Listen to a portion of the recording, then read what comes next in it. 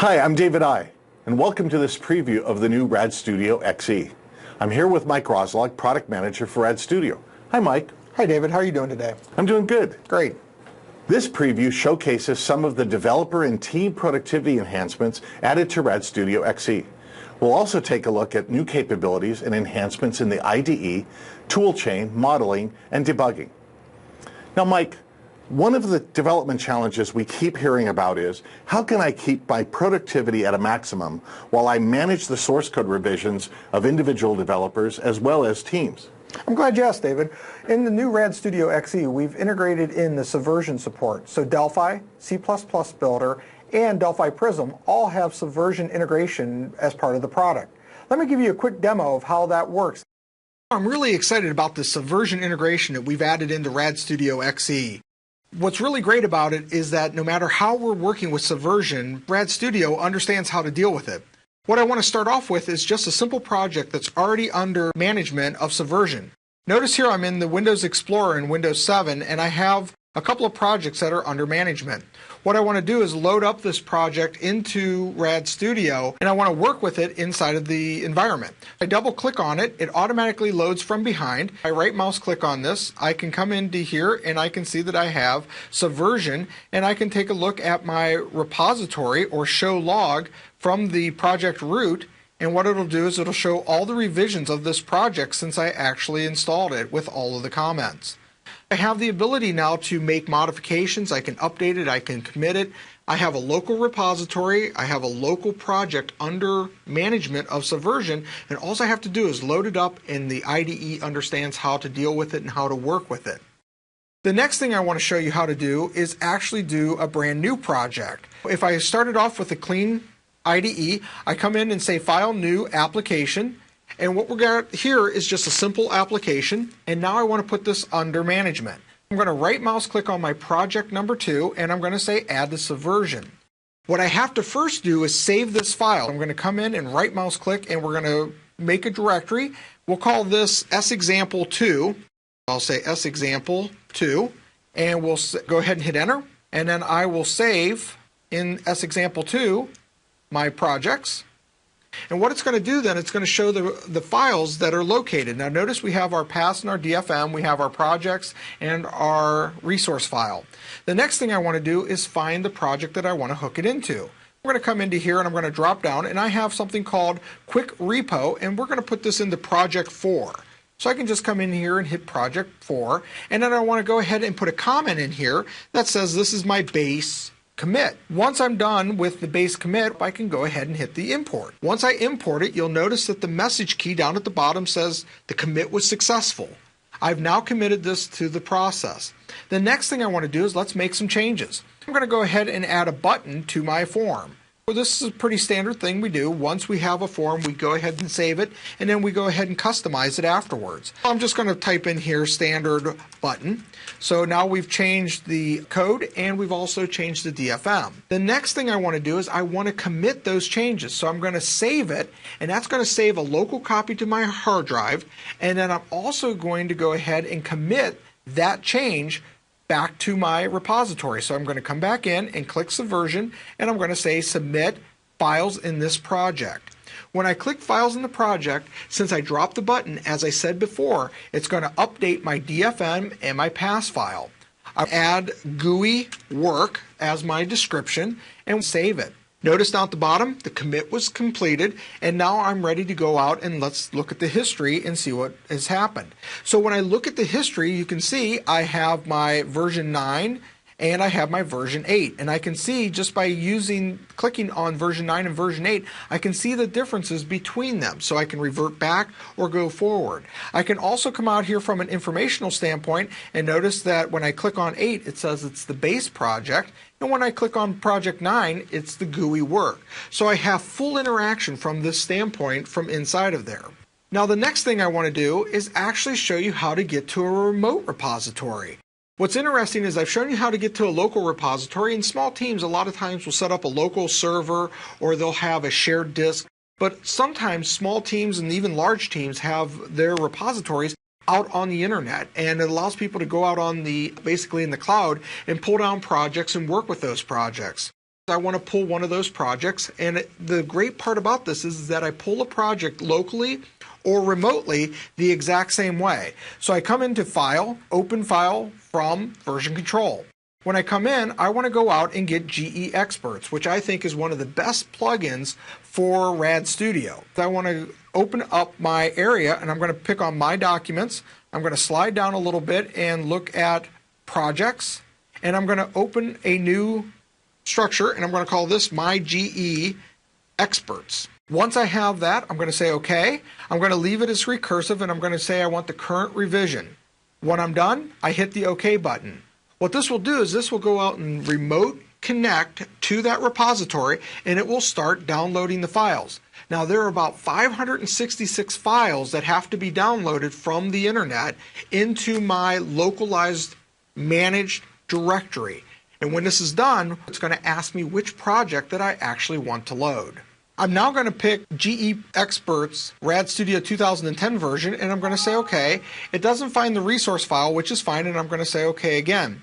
Then I'm going to say OK, and when I bring in my project, you'll notice that I have my project set up here, and I can go into Backup Project. I can open this up, and you can see that we have the GX backup. And if I open this up, you'll see that here's the form. If I go into my history, I have that same structure again. I can go into information, and what it's doing, it's going out and trying to find all the differences for each one of the revisions that's been put out for GE Experts. The next thing I can do is go into differences, and if I want to, I can pick something like 542 right here, and I can pick 536, and you'll notice when I pick 536, it'll actually show the differences just like it did with the local revision. Whether it's local or whether it's remote, inside of RAD Studio, it makes it really, really simple. The next thing I want to show you is inside of Delphi Prism XE, we also have subversion support built into it. So if I want, I can have a project just like I have, and I can right mouse click, and just like in RAD Studio, we have our subversion, and this project's already under management, so I can update it, I can commit it, or I can go into the subversion and I can do branches, switches, and merges. I can do all of the subversion things that you would expect to do. So now inside of RAD Studio XE, subversion, a great thing, it's a great integration, and it's going to really help you get your job done better and make sure that you're safe when you're doing it. Mike, what else do you have to help developers with their source code changes? Well, one of the other things, we have a lot of new tools integrated into RAD Studio. One of them is the Beyond Compare Differ, and that allows me to compare files and their structures. Let me show you a quick demo of that. One of the great things about having Beyond Compare integrated into the RAD Studio environment is that it really gives you a rich interface for comparing files and understanding the differences that happen between versions of files. So what I'm going to do is show you a quick example of how you can use this. I've got version 9 and I got version 8, and what I'm going to do is come up and select Beyond Compare to use as my difference engine. So I'm going to go ahead and click that. When it comes up, you'll see that I have a complete environment now just built for figuring out what's different between one file and the other, and it really gives me a lot of key capabilities to be able to merge structures and to take structures away. So in other words, if I wanted to add button over to this version, I could just click on the arrow. If I wanted to put the space over where the button 1 is, I could just hit the arrow back over. So it gives me a really quick and easy way to handle differences in files, and it gives me a different way of looking at it, and I think it's really exciting to have this type of integration inside of the product. Developer productivity has always been at the forefront of everything that we do in our products. And today, developers are being asked to build even more software in even shorter periods of time.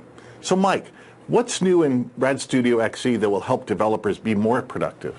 Well, David, inside of RAD Studio XE, the developers are now going to have Delphi, C++ Builder, Delphi Prism, and RadPHP. That'll allow them to build cross-platform web applications seamlessly. And let me give you an example of how I can do the exact same thing in each IDE.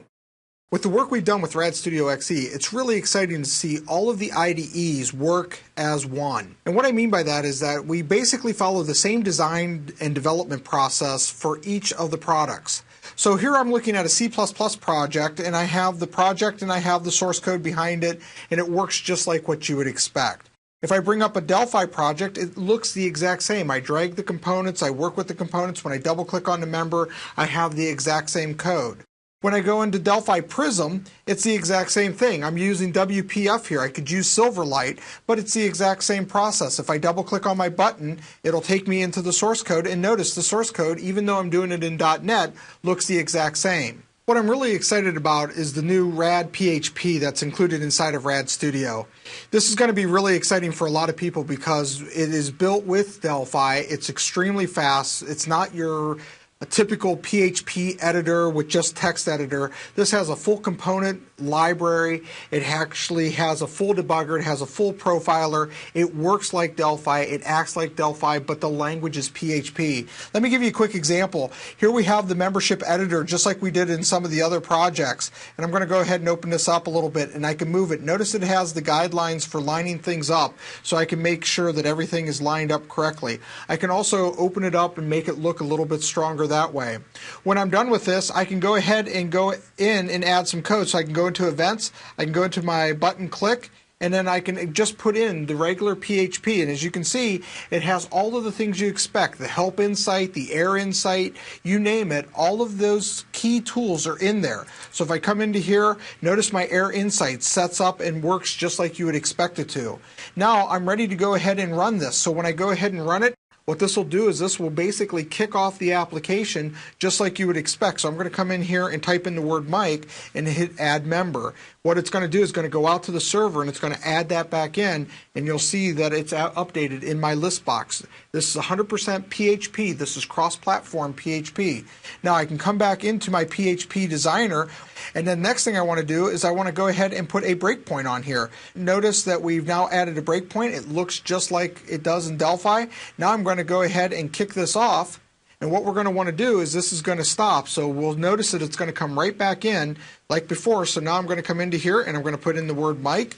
We're going to go ahead and add the member. And notice that we stopped right on our breakpoint. Our local variables are the same. Everything looks the same, and we can actually expand it out.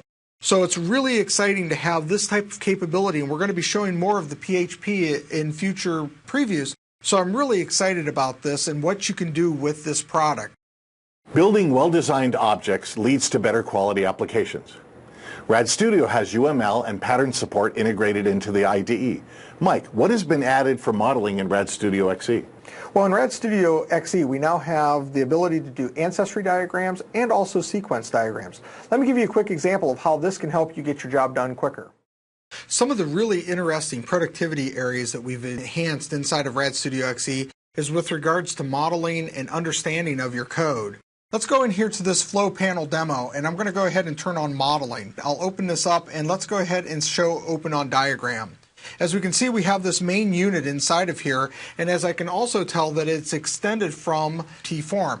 If I come in and click on the T-forms, I can either add the T-form or as an ancestry diagram, or I can show the entire ancestry back to T-object. So I may want to just come in here and look at T-form, so I can come in and say add to object. Notice that this is extended from T-custom form, and if I wanted to, I could extend it from there, or I could extend it to all of the ancestries. So one of the great things about it now is that if you have a high-level object, you can see the entire hierarchy. What we try to do with Delphi is to try to minimize the exposure of all the objects to clean up your environment, but now we give you the ability to continue to drill into your code and drill into the model for better understanding in relationships. The other thing we've added into the product is something called generate sequence diagrams. Now, generate sequence diagrams help you understand the code because it visually interprets what happens inside of a method. So you can quickly come out and let's say we're going to go to this create controls. I can right mouse click on any method inside of the environment and I can say generate sequence diagram. What it does is it then goes out and finds all the different types of components. When I see all of them, I can set my parameters. And then when I'm ready to display my sequence diagram, I can go ahead and hit the OK button. What this is going to do is reverse engineer, and you can see it walks through the code automatically showing me which objects and which messages are being passed back and forth. Where this really becomes important is when you have complex methods that are hard to follow in code, you can now visually look at them and get a better understanding from it. Thanks, Mike, for previewing what's new in RAD Studio XE for managing source code, the IDE and tool chain, and object modeling. You're welcome, David. RAD Studio XE is the real-world solution for your native, managed, and web application development. If you can dream it, you can build it with RAD Studio XE.